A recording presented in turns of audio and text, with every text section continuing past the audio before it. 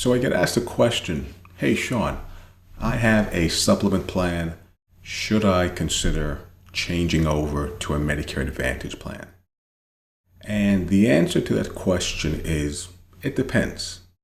Everyone's situation is a little bit different. For instance, one big factor that's going to determine whether or not you should make that change is your finances.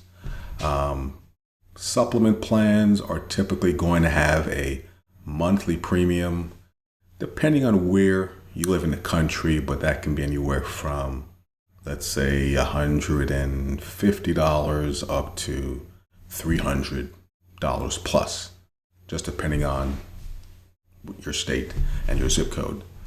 And it's going to depend on which supplement plan you have. If you have one of the more comprehensive supplement plans like a Plan F, a Plan G, a Plan C, those are typically going to be your more expensive plans, with the Plan F being the most expensive because it covers the entire 20% that Medicare does not cover. If you contrast that to your typical Medicare Advantage plan, you can typically get one with a zero monthly premium, although they do have some of them that do have a premium. But by and large, the majority of the Medicare Advantage plans out there, you can get for a zero monthly premium. If finances are tight, then maybe you may want to be leaning toward the Advantage plan. But if finances are not an issue, then a supplement plan might be where you'd like to go. Another important thing to take into consideration is with the top three supplement plans that I mentioned before, the Plan F, the Plan G, the Plan C, they pretty much cover the vast majority of your expenses, your Medicare related expenses, as it relates to the 20% portion not covered by original Medicare Part A and Part B. If you compare that to a Medicare Advantage plan, your typical Medicare Advantage plan, you're going to have, even though you have a zero monthly premium in most cases, you're going to have very often co-pays as you use the plan. If you have an HMO or a PPO, your co-pays are going to vary somewhat. Typically, it's common to see slightly higher co-pays with the PPOs. With the PPO plans, you typically get a little more freedom and flexibility. But you do end up paying for it with the higher costs that are typically associated with the PPO plans. You'll typically be able to see your primary care doctor for zero copay, but your specialist and the other services that you utilize to the plan, your copays are typically going to be a little higher with the PPO as opposed to the HMO. If you contrast that to the supplement plan, let's say we're looking at a Plan F. The Plan F covers that 20% completely. You typically, as long as whatever healthcare provider you go to, as long as they accept original Medicare, and as long as whatever you get done by that provider is something that's normally covered by Medicare, you really shouldn't have any out-of-pocket expenses, no co-pays, no co-insurance, no deductibles to worry about. With a Medicare Advantage plan, that's not the case. More often than not, there will be some sort of co-pays. Maybe if you're seeing your primary care doctor, typically not. But again, as you start using some of the other services through the plan, it's very common that you may have some copay costs. A good place you'll want to look at is the summary of benefits for that Medicare Advantage plan. It will lay out all of the costs, or the majority of the costs associated with using the different benefits of the plan. And then they're also going to have the Advantage plans are also going to have a max out of pocket for the year.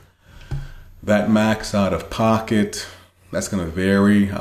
For your HMO plans, it's very common for those to kind of be towards the lower side of the spectrum. I'd say on average that could be anywhere from $3,000 up to about $5,000 is kind of the normal range that you'll see on an HMO as it relates to their max out of pocket, as opposed to with the PPO plans. It's very common to see max out of pockets anywhere from $5,000 to $10,000. Just kind of depends on which plan you get. But again, with the PPO plans, although you have a bit more flexibility in terms of being able to go in and out of the network, and you're also able to go to specialists without needing a referral from your primary care doctor. Typically, with an HMO, you more often than not, you have to get a referral from your primary care doctor before you go to the specialist. If you contrast that to a supplement plan, you don't have to get referrals from your primary care doctor before you can go to a specialist. You're able to go directly to any healthcare provider, just as long as they accept Medicare. You don't need the referral that you typically do with a HMO Medicare Advantage plan. Another thing you have to take into consideration when weighing your options is with the Medicare Advantage plans, those are typically going to be network-based plans. So typically either HMOs or PPOs. And the thing you have to be mindful there is that not all providers, not all doctors take all Medicare Advantage plans. The doctors get to pick and choose which plans they want to be in network for, or which ones they want to accept. As it relates to a supplement plan, it's a pretty fair thing to say that original Medicare is probably going to be one of your more widely accepted forms of health insurance out there that the vast majority of providers accept. Particularly if you live in a state with a rather high senior population like Florida. I mean, where I am, such a large Medicare population, it's quite common. As a matter of fact, I would say it's even unusual to find a healthcare provider that does not accept original Medicare. So I think you have a much broader pool of providers that you'll have access to with a Medicare supplement plan, because those providers readily accept original Medicare. But if you contrast that to the Medicare Advantage plans, different story.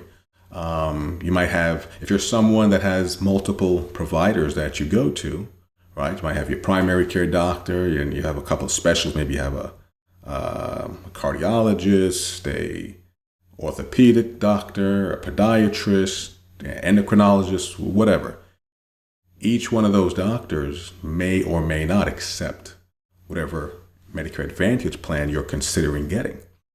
It's very common that you might find a plan that your primary care doctor accepts, but the next thing you know, your cardiologist doesn't accept that plan.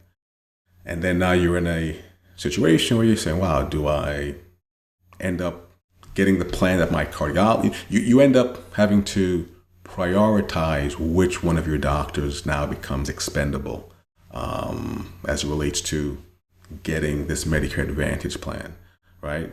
So again, your primary care doctor might take a particular plan, but then your other doctors may not.